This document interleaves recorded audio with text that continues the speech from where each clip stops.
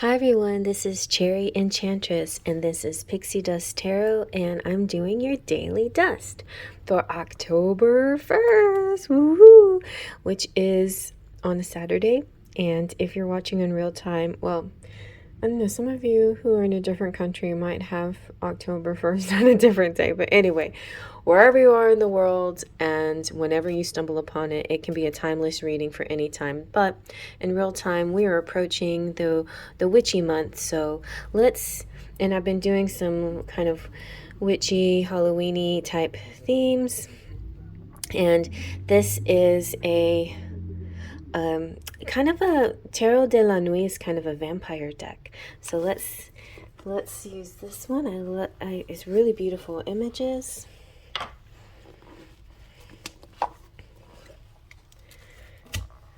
And then the box, very nice box.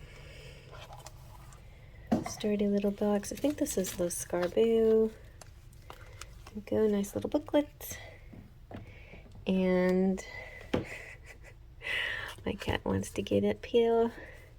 And I colored the edges myself. They kind of need a little touch up. Okay, here we go. Let's shuffle them. I think black is the most popular color I've done for edging lately.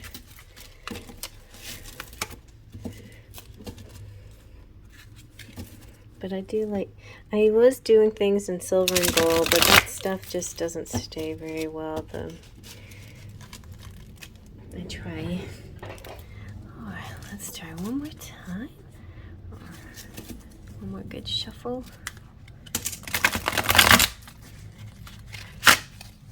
All right, so let's take it from the top. We have, Eight of Cups, okay. And Four of Pentacles. And, Eight of Swords. 4 and 8. So those are karmic combination numbers. So let's zoom on in and get a more detailed message. So the Eight of Cups is this leaving it all behind energy. It's moving on to that next phase, moving on to the next place. It's saying also the moon is calling me, and which really taps into this thought and energy of the moon. The full moon calls the woman to the man. So there could be some type of like propelling energy inside you that makes you feel like you have to, is like you're compelled to, like you're hypnotized or you're drawn unknowingly to this force that's leading you somewhere specific, somewhere out there, and leaving behind the things that haven't been working so well, or and taking some parts of the things that do work well, but leaving some of them behind. It does give me a little bit of death energy, but I feel like with the Eight of Cups, it's physically moving, and it's like going away. Sometimes it could be just a retreat of some sort. It could be any kind of journey, because it's cups here, it's sort of having to do with leaving a particular love behind, or kind of love, or or love that was not sustaining, something like that. Or it could also be like not being petty anymore and not being interested in the little things that used to be so important, like material success or fame and fortune and things, or the vain things that have propelled you before. Now this is like almost like a spiritual calling, because the moon is calling you. It's interesting. I was reading Instagram, and Astrology was saying most people are either in a moon or a sun category. If you have a lot of water energy in your charts, then you're just generally more attracted to the moon, or you resonate with the moon and you get your vitality from the moon. If you have a lot of fire in your chart, then you might be more attracted to the sun, or more vitality to the sun, and or also depending on what houses have the most activity in your chart. And even though I sometimes when I match up with people, I feel like sometimes I have a kind of more of the sun energy. Generally speaking, I am definitely more moon energy, especially if you're high priestess type. So there is just this feeling of wanting to leave a situation and start a new journey. And it's also a tiny bit of escapism. So if it's escapism on a regular mundane kind of day, then it could just be, diving into a good book or playing some video games or something like that. It could be as simple as that. The Four of Cups or the Four of Pentacles, sorry, is talking about being alone in my castle. So, maybe this person, oh look, and there's the moon, and maybe she's always dreamt of being rich, and maybe she is rich, and she has an empire, and she owns things, and she possesses things, and it's all hers. But are all of these possessions really bringing her happiness? And that could be the reason why she's escaping the material life. It's a little bit of a Jasmine quality here, So this is a person who's accomplished a lot of things, who's accumulated a lot of things, but value is not proportional to what you own, and it's not proportional to, it's not like keeping up with the Joneses is like a major life goal here. There's something more, and that's what's pulling this person, So Four of Pentacles could also simply just mean savings.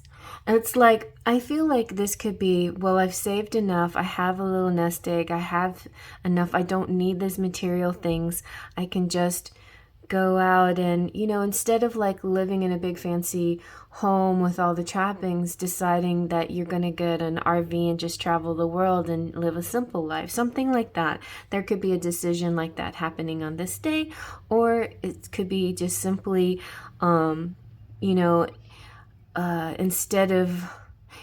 instead of like spending money on a big journey, diving into a good book and something instead, like making more frugal choices about how to spend your money.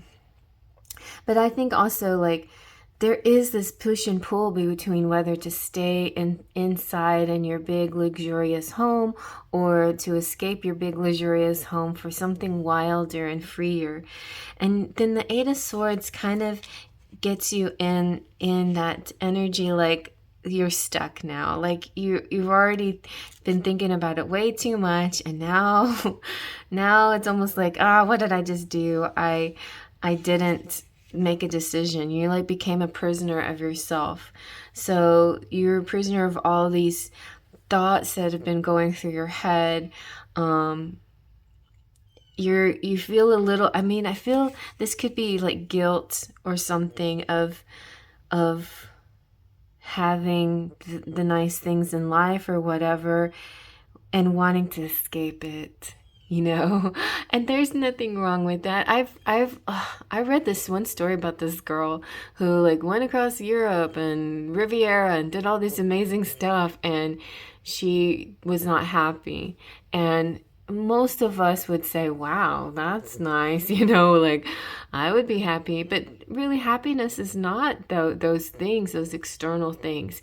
You have to find it within yourself. You have to find it. Success is not measured in fame and fortune and those things. Like even if you achieve those things, if you haven't achieved that inner work, that inner gratification of who you are on the inside, and self-love for yourself, all of those things don't matter so much. So the Eight of Swords could be universe's way of like keeping you inside yourself for a moment, so you can actually come into awareness, be aware of yourself, be aware of your motivations, be aware of why you want to do what you want to do, be aware of why you want to escape, whatever your circumstances are. Do you need to escape? Do you need to face it? Are you happy where you are, or is is it just a matter of like you wouldn't be happy anywhere because you have to change a certain mindset in order to be happy. You know, it's not about the surroundings as much as it is about your attitude and your awareness of yourself and being in the present, you know, being in the present. So I feel like this is interesting too, because like the Eight of Swords is kind of like a self-imposed type of prison. And Eckhart Tolle kind of had a situation like that where he didn't have money and he was sitting, like he was homeless. And, you know, I'm not sure of his whole story, but he got there on his own, you know, because of the choices he made. And because of that, he was able to sit in his isolation, or his isolation turned into a great amount of freedom, because there's freedom in not having the material and just being without these things, you know, being there and being focused on the now, and the beauty of the bench, and the people walking by, and the breeze and the birds, and all the little things that you focus around in your environment, and really getting into those moments. There can be really great joy in those moments, even if your stomach is grumbling, you know, and that first bite of whatever you eat, you feel such great joy for it. So it's just kind of a lot has to do with perspective. And so many of us have a variety of lifestyles, but there's no reason to be envious of anyone's lifestyle, because we could have whatever we want. It just is up to our attitude of gratitude and our mindset, and what we attract and what we find important. And that's how I see this day. I feel like it's a bit of an enlightened day. It's a bit of introspection. It's a bit of feeling gratitude for all that you already do have, and therefore you do receive more when you already have gratitude for what you have. And when that more comes in, then you will be even more like amazed and surprised and excited, and realize, wow, I'm truly blessed, I'm truly abundant, and it just keeps growing and growing from there. You see? All right. Well, I hope you like that. Faith, Trust, and Pixie Dust.